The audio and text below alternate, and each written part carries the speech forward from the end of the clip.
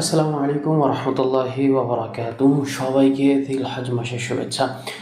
পবিত্র হজের ইতিহাস সম্পর্কে জানার জন্য আমরা মৌলিকভাবে 5 থেকে 6টি প্রশ্ন রাখছি এবং এই 5 থেকে 6টি প্রশ্নর আলোকে আমরা আজকে হজের ইতিহাস সম্পর্কে জানার চেষ্টা করব।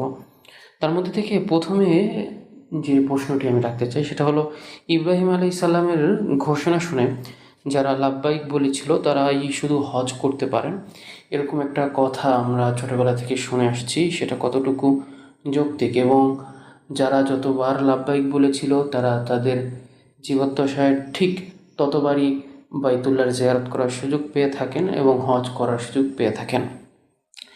এবার আরও কিছু প্রশ্ন আছে আমাদের সামনে, সেখান থেকে আমরা এই প্রশ্নের আলোকে আলোচনা করব। হজের সঠিক ইতিহাস। 2 নম্বরে, কার মাধ্যমে শুরু হয়েছিল? 3, মূল কাজ কয়টি ও কী কী? ইসলামের পূর্বে জাহিলিয়াতের যুগে কিভাবে হজ পালন করা হয়েছিল? প্রিয় নবী করিম সাল্লাল্লাহু আলাইহি ওয়াসাল্লাম তার জীবদ্দশায় কয়টি হজ পালন করেন? ওকে, এবার আমাদেরকে একটু পিছনে যেতে হবে এবং গভীরভাবে একজন ব্যক্তির, একজন নবীর জীবনী সম্পর্কে আমাদেরকে জানতে হবে, যার সম্পর্কে পবিত্র কোরআনে রব্বুল আলামিন বলেছেন, মিল্লাতা আবিকুম ইব্রাহিম ওয়া সাম্মাকুমুল মুসলিমিন, তোমাদের পিতার ধর্ম এবং তিনি তোমাদেরকে নামকরণ করেছেন মুসলমান। আমরা আলোচনা করব হজরত ইব্রাহিম আলাইহিসসালামকে নিয়ে। আল্লাহ রাব্বুল আলামিন তার বান্দাদেরকে ভালোবাসেন এবং যে বান্দাদেরকে যত বেশি ভালোবাসেন তাদেরকে তত বেশি কঠিন পরীক্ষায় রব্বুল আলামিন ফেলে থাকেন। আম্বিয়া ইকরামদেরকে রব্বুল আলামিন সবচেয়ে বেশি ভালোবেসেছেন এবং তাদেরকে রব্বুল আলামিন সবচেয়ে বড় বড় কঠিন কঠিন পরীক্ষায় রব্বুল আলামিন ফেলেছেন।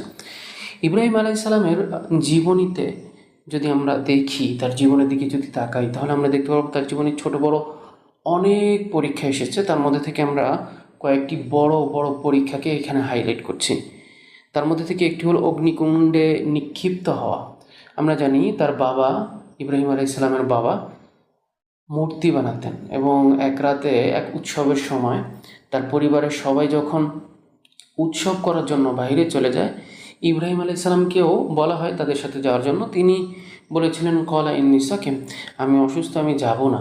এবং তখন তিনি কিন্তু মূর্তি ভেঙে ফেলেন এবং এই মূর্তিটা যখন ভাঙা হয় তখন ওই রাজ্যের রাজা সবাই মিলে, প্রজা সবাই মিলে তাকে কিন্তু অগ্নিকাণ্ডে নিক্ষিপ্ত করে থাকে।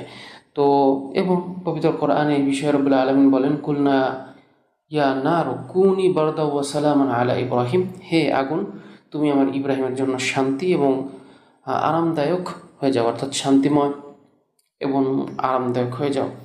এছাড়াও তার জীবনে বেশ কিছু বড় বড় পরীক্ষা আসে, যেমন নিজ দেশ ও পরিবার ত্যাগ করা এবং স্ত্রী ও শিশু সন্তানকে মরুভূমিতে রেখে আসা এবং প্রিয় সন্তানকে কোরবানি করা। এই যে শেষের 2টা পয়েন্ট, 3 নম্বর এবং 4 নম্বর, যে স্ত্রী সন্তানকে মরুভূমিতে রেখে আসা এবং সন্তানকে কোরবানি করা। ইব্রাহিম আলাইহিসসালামের জীবনে অনেকগুলো পরীক্ষা এসেছে আমরা বলেছি, এবং তিনি দীর্ঘ একটা সময় পর্যন্ত নিঃসন্তান ছিলেন, অর্থাৎ তার কোনো সন্তান ছিল না। তার 2জন স্ত্রী হাজেরা এবং সারা, এবং কার থেকেই তার কোনো সন্তান ছিল না। এজন্য তিনি রব্বুল আলামিনের কাছে দোয়া করেন, রব্বি হাবলি মিনাস সলিহিন, হে আল্লাহ আমাকে একজন নেককার সন্তান আপনি দান করেন।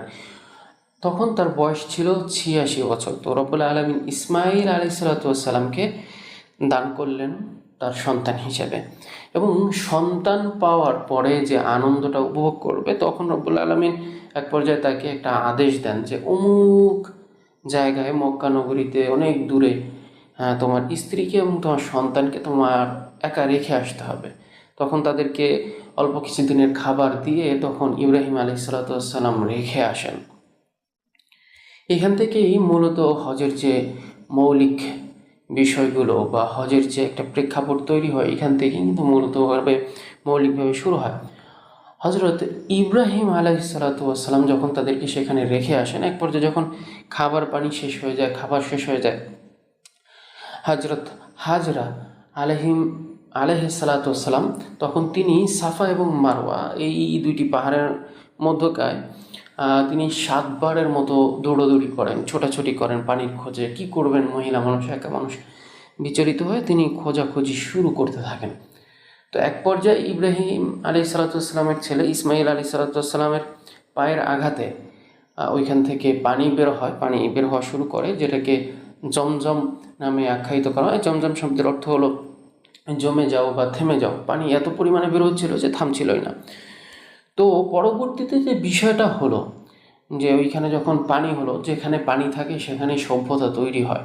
তো পরবর্তীতে মানুষ যখন ওই পথ দিয়ে দূর থেকে সফর করতো, তখন দেখতে পেলো যে ওইখানে পাখিরা উড়াউড়ি করে, যে এমন পাখি যেগুলো আসলে যেখানে পানি থাকে, মরুভূমির ভিতরে সুমিষ্ট পানি থাকে, সেখানেই মূলত তারা গিয়ে অবস্থান করে। তো তখন ওইখান থেকে আস্তে আস্তে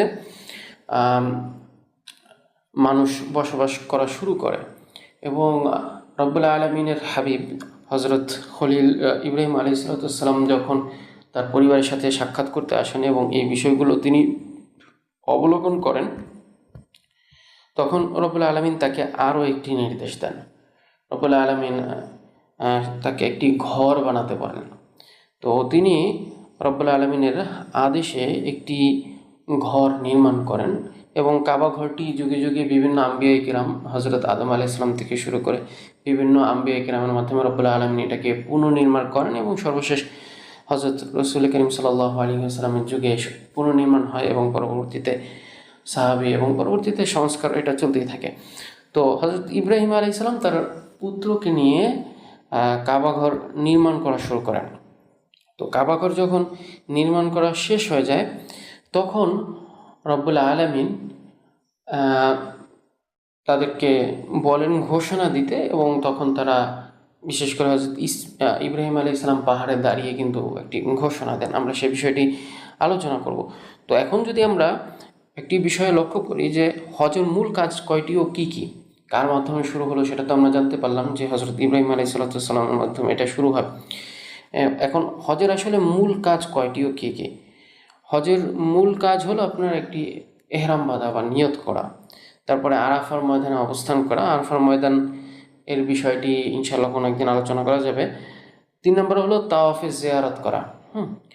আর হজের ওয়াজিব সম্পর্কে যদি আমরা দেখতে চাই, তাহলে আমরা দেখতে পারবো যে মুজদালিফায় রাত যাপন করা, জামারাতে কঙ্কর নিক্ষেপ করা, সাফা মারওয়ায় সাই করা, মাথা মুন্ডন করা, কোরবানি করা। কোরবানির বিষয়টি নিয়ে যদি আমরা বলি, এটাও ইব্রাহিম আলাইহিস সালামের সাথে ঘটে যাওয়া একটি ঘটনা। তার সন্তান যখন 13 বছরে উপনীত হয়, তখন রব্বুল আলামিন একটি আদেশ তাকে করেন, একটি স্বপ্ন তাকে দেখান, এবং যে ব্যাপারে পবিত্র কোরআনে এসেছে, ফালাম্মা বালাগা মাহু সাইয়া ক্বালা ইয়া বুনাইয়া ইন্নী আরা ফিল মানামি আন্নী আযবাহুকা ফানজুর মাযা তারা ক্বালা ইয়া আবাতি ফাআল মা তু'মার সাতাজিদুনি ইনশাআল্লাহু মিনাস সাবিরিন।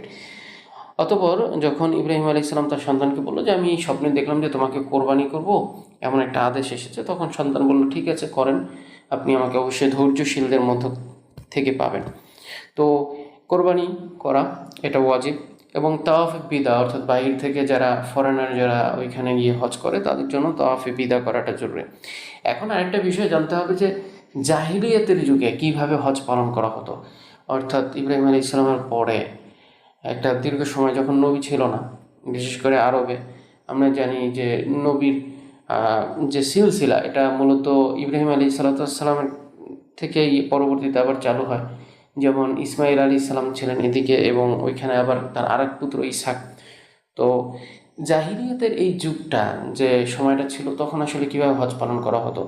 তো তখন কাবাঘর ছিল, কাবাঘরের পাশে যে জায়গা ছিল সেখানে প্রায় 360টির মতো মূর্তি প্রতিস্থাপন করা হয়, এবং মানুষ ওইখানে নগ্ন হয়ে, কেউ অর্ধনগ্ন হয়ে, যার যেভাবে মন চায় সেভাবে তারা তওয়াফ করতো বা হজ করতো। এবং তখনও মক্কার এবং মক্কার আশেপাশ বা আরবের কাছে থেকে দূর দূরান্ত থেকে মানুষ তীর্থযাত্রা বা হজ যাত্রা যেটা বলে, মানে তৎকালীন সময় আইয়ামে জাহিলিয়াতের যুগে তারাও এই উদ্দেশ্যে বের হতো।